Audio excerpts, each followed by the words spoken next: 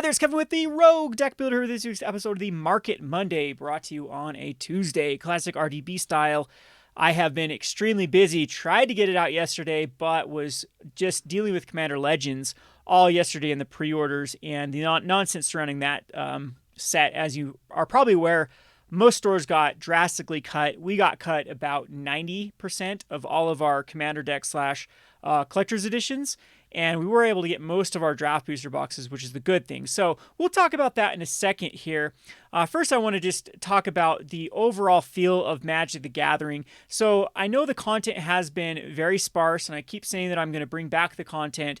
I still am a little bit disenchanted with Magic the Gathering, haven't liked the direction of competitive, haven't liked the direction of a lot of their sets they've come out with, especially set boosters, which I thought they were the most uninspiring thing ever. I mean, slightly better even than theme boosters, and wasn't really into the double masters. We'll talk about double masters and how it's fared.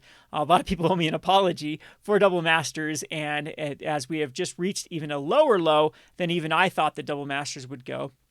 But before I get too negative, I do want to focus this week's episode on the Commander Legends, as I think it is the set that we've all been waiting for. So Commander Legends is going to be a set that I think is going to age well, to the point that I actually think that it's going to age better than Double Masters. Now, Double Masters does have that limited print run, but the supply was so high and the FOMO was so high that everyone really bought into Double Masters, and I think it's going to take a long time to recover. Whereas there's a lot of really positive things about Commander Legends that I think is going to allow this set to age incredibly well, especially due to the fact that a lot of the uncommons and common slots actually have some very high-powered Commander staples. And if they are just reprinted in their normal dosage every year in the various Commander decks, I think they're going to be able to just really increase in price. So it gives you the opportunity to get in on these cards at a pretty reasonable price, and we'll talk about that in a second. But anyway, let me just address some of the concerns of this channel. I know that, like I said, the content has been very, very sparse, and it's been hard for me to keep up with things. One of the reasons I'm doing this video so late with Commander Legends is I wasn't even familiar with all of the spoilers from Commander Legends, because I've been so disenchanted with Magic that I haven't even really been keeping up with spoilers. I used to do like top 10 videos, like top 10 cards I want to brew with, top 10 cards I'm most excited to be reprinted, top 10 cards I think are going to go up or down for like the Rogue Market channel. And you can see that my heart just really hasn't been into Magic. I'm one of those type of guys that really needs that aspect. Otherwise, I don't get the fulfillment that I need to be a content creator. And that's why I've transitioned more over to the subscription service of Patreon. That is very, very familiar, or very, very, now I lost my train of thought what I was going to say here. Fulfilling, that's what I was looking for. Very fulfilling, dealing with actual people that appreciate what I'm doing, rather than going the old MTG finance route of dealing with, like, when you flip cards, you deal with a lot of vendors. You deal with a lot of soulless entities and they are a pain to deal with. Like T-sheet players grading is a pain to deal with, or people that claim they never received your cards, and eBay is just a mess, like that sort of stuff. And it's very draining on the MTG finance side of things when having to deal with the realities of what that entails. Whereas going through this like behind closed doors Patreon, membership type stuff, and people appreciate what you do, man, it's a much better feeling to go with that. So I am kind of a slave to my own emotions and what is the most fulfilling. And so that's why you haven't seen a lot of me lately. But I want to give everyone an update that things are going very, very well on that end. And I think that's one of the other reasons why I've given YouTube a backseat and haven't focused on it the way that I should have been in the past few months. But I do want to get back to it. I am starting to get in the rhythm of things to where I can produce content and do the orders and run the store and whatnot for the local as well as the Patreon. And so be expecting some more content, especially for the Rogue Market. That's the channel in 2021 that I really want to focus on. So Commander Legends, like I said, I was very, very surprised at this because I hadn't kept up with the spoilers. And what I was most surprised by was like the downshifts from uncommon to common in the form of like the diamonds, and the downshifts even rares like Shimmer Mirror down into the uncommon slot. And I think for that reason, this set is going to age very, very well. It almost feels like they did master set downshifts for a regular set. Now there is only 24 booster boxes in or 24 booster packs in a booster box, but the box that we opened actually had 40 rares in it. So you made it up right there in the amount of rares that you do get from a booster box. And I was very, very surprised at the quality of Commander Legends. And if you want to see that box opening, you can come up and give us a subscribe over at Gone Rogue Games. I'll have the link in the description or in my channel info. I'll have all of that to my Gone Rogue Games channel, whereas we typically just do all the box openings now rather than have the fluff on the other channels. That's kind of my fluff channel. Anything that I want to talk about, kind of the behind the scenes at the stores. If I just want to go off the cuff about a product, that's where you're going to see that content. Rogue Deck Builders turn into more of the ranty stuff. I try to do the Market Monday videos, and then the Rogue Market, I will get back to more of the Rogue Roundups and the finance sort of stuff. All right, without that, with the big intro of what the meat of this video is going to be, let's talk about Commander Legends. Now, Commander Legends had some huge hits. Very much so that I think this is going to be a set even with its high-end stuff that's going to age as well as the stuff over at Double Masters. Now, Double Masters does have, of course, some really, really good hits with the form of Force of Will and Mana Crypt, but we do get the Mana Drain. Mana Drain wasn't printed too long ago in what Iconic Masters, that was the last time it was printed, and it aged very well in that set.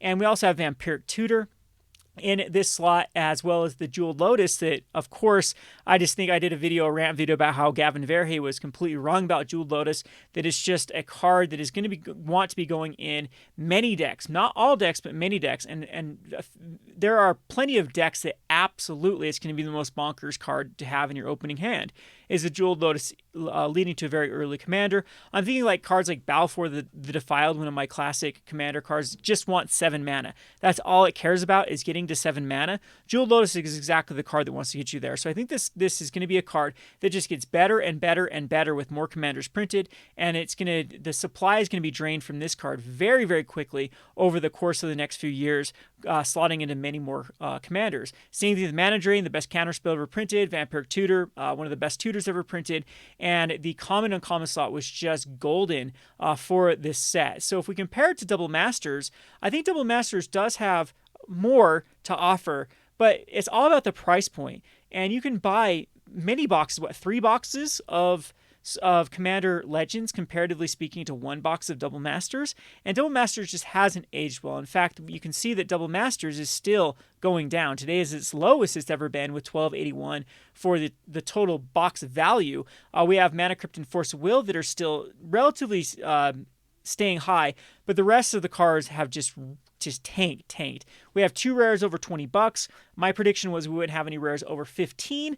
I don't know if we're going to quite see that end up happening, but where this set really did suffer was the cards in this I would say between before reprinted value, between the $5 and the $35 rares.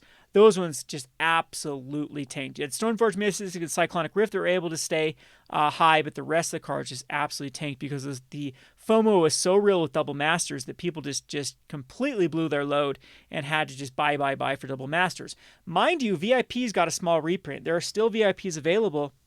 If you are a patron, I still have them. And that's something that people thought was going to be unheard of for Double Masters, of having distributor price of a VIP pack this late in the game.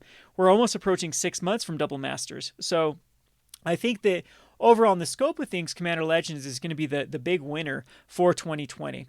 The supply does seem pretty good with Double Masters. I don't know if I mentioned it. I've retake this, or excuse me, Commander Legends had to do a retake on this video, so I don't remember if I mentioned this, but we did have some supply issues with Commander Legends, the collector's editions as well as the commander decks, but the booster boxes do seem to be in good supply, and they are rumored to be printed to demand, kind of like how Conspiracy and Conspiracy 2 and Battle Bond were, meaning that if they do, they're leaving that option open, that if these do go out of stock, they can do a reprint if they so choose. And I think, again, this will have multiple reprints, but I think that the contents of this that are included in this Commander Legends are going to be ones that are going to age very, very well. So again, go check out that box opening and see just how many of the diamonds that we have in the uncommon slot. So let's just go over here and go to the common slot, excuse me. And we have like cards like Fintorn Elves, Viscera Seer, Path to Ancestry. All these had pretty good prices. Preordained Command Sphere, Opal Palace, the Fairhaven Elves had too many reprints. This is already too high. This was a Double Masters reprint, right? If correct me if I'm wrong here. But what I really like is these diamonds, the Charcoal Diamond. This was a card that Charcoal Diamond went all the way up to like $3-4 in the Commander 2014. These do tend to get reprinted. in Commander sets. However, I actually think that this is going to be an education card. So what I mean by that is people are going to realize this card exists, and it's going to actually end up going in more decks than it previously did. This is always a shoe-in of basically every. If I have a commander that has converted mana cost like 5 or even lower, like 4, the diamonds are going in that deck. They do come into play tapped, but they are a ramp for especially non-green decks. It's something that can easily ramp you into those. I mean, big mana is king in Commander, and the diamonds are something that are perfectly. I mean, the 2 mana rocks that can get you there. So I'm thinking these are going to age well in the common slot, as these have aged well when they have seen reprints in like the Commander decks. So I was very, very pleased with some of these downshifts. You never know how these are going to affect Pauper, right? Because I believe they weren't uncommons before in like 7th edition. They were still commons or uncommons. Yeah, so I think this is the first time they're going to be, legal. And we'll have to wait and see if that actually does much, because we do have like the signets, but the signets have an activation. I guess that's very typical of coming to play, tapped, but we'll have to see if those actually do see play in Pauper. But all through the uncommon and the common slot, it's just chock full of cards that I think are going to do very, very well long term. If we look over uncommons, we can see a very similar amount of cards like Thought Vessels. And this cat, this got to be a mistake here. This $51 cat's way off because it's not even that great of an ability. But it's got plenty of cards like Boros Charm, Thought Vessel, 3 Visits was a reprint from Portal 3 Kingdoms, Arcane Signet as an uncommon here. We have Swords of Plowshare, Swiftfoot Boots, Victimize, Burnished Heart. Those tend to age very, very well for long term for Commander. So Commander has been king in 2020. I don't expect it to go anywhere in 2021. What I've always liked about Commander is people don't break apart their decks. I mean, of course they do, but a lot of my customers and a lot of people that I speak to, you build a Commander deck and you don't cannibalize it to then go and build the next latest and greatest like you do in Modern and Pioneer and in especially Standard. Is once you build a Commander deck, you just set it aside and you just start buying some more Arcane Signets and some more Soul Rings and those type of stuff to build even more Commander decks. And so the value or the supply still gets out, or the demand still outstretches the supply as people want to build new Commander decks. What we see with like Modern is if a deck falls out of favor, if it's no longer a tier, those cards plummet, and then the new cards have a temporary spike. And then also what you see with like Modern is people spend so much money on it that they just get very stubborn with that one deck and will play and learn, and there's that whole getting skilled with that deck that is a lot of people don't care as much in Commander, because Commander is more about having the experience and the fun, and it just leads to just increased amount of demand for cards for the Commander format, which then eventually outstretches the supply. Commander used to be thought of in the MTG Finance circle as something that wasn't worthwhile because you're comparing 1-ofs to 4-ofs. So any Modern deck you'd see would need 4 of a particular card. Well, even if a Commander deck got extremely popular, it was only stripping out 1 of each card. Well, we can just see exactly how popular Commander is, that the price of Commander has just gone through the roof, and other competitive cards, mainly due to the stagnation of a lot of the metas, a lot of people just like me getting frustrated with the lack of the more interaction that used to occur with Magic, the more skill dependent that used to occur with Magic, with more of these auto includes, these autopilot decks. But nonetheless, too, with the shutdowns and the no organized play, the no paper Magic for like the Moderns and the Pioneers, it has just led to Commander being the premier format, and therefore the market turning more that way. But I even like to make the argument that this was happening, 2015 was really when we started to see the trending towards Commander. Really when like Brea and Atraxa came out was where Commander just absolutely took off. So this set I think is going to be just the gem of sets. I would not surprise me if it's going to be the Battle Bond that once this goes out of print goes up to $200 immediately, that people think they have time and end up not having time to really invest in this set or hold back the sealed amount of and also, what this has going for it, too, is Battlebond was from the two-headed giant aspect of it, but I think we'll have to wait and see how well this plays out. I wanted to really play this Commander, do a Commander pre-release here, but our state is giving out $10,000 fines for anyone that meets up. You are not even allowed to meet up with family members. In fact, our state is threatening that if you have more than 2 kids over for Thanksgiving, that they're going to hand out $10,000 fines. That's how insane it's got. So I'm not going to chance it here, but it's going to be I think that might actually have more going for it than against it, because in a year, when the dust is settled, when we're finally able to meet together again and start playing, people might want to start cracking these to get that draft experience, or that draft experience and that play experience that they missed out on because this was released during the pandemic. So yeah, I think it's even a better long term for that reason. And again, I think this is going to be a very, very popular set. Just of what I saw, it seemed like there was some cohesion to it that is going to make for some good play experiences with the uncommon commanders and all the other cards that they put that really support the format. I think people are going to enjoy it. So for that reason, I think this is just a slam dunk of a set. So again, that's what if you take anything from this year, yeah, I'm not always a negative Nancy. I think there is room for good product. I still do think that this probably should have been pushed back. Not only for the sake of letting the market breathe, but just for the experience. I think they're robbing local game stores of something that would have been very magical to run, which is this Commander type draft. And hopefully they'll do more of these in the future. The last thing I want to talk about here is the expected value is not up on the Commander Legends, but according to Goldfish, just set value, with a set having like $900, that is very significant when a lot of the sets come out brand new from standard sets of like $500, go down to like $300. I'm expecting the same thing to do that with this particular set, but man, they really can't go any much better with Mana Drains and Vampiric Tutors and Jeweled Lotuses. I think those are just knock out of the parks. So it's going to be interesting when Dongler or Etchy Stocks actually does have the Commander Legends up there to see exactly where the price will settle for these sets. Speaking of which, this is something that people have asked, why don't I use Stocks over Dongler?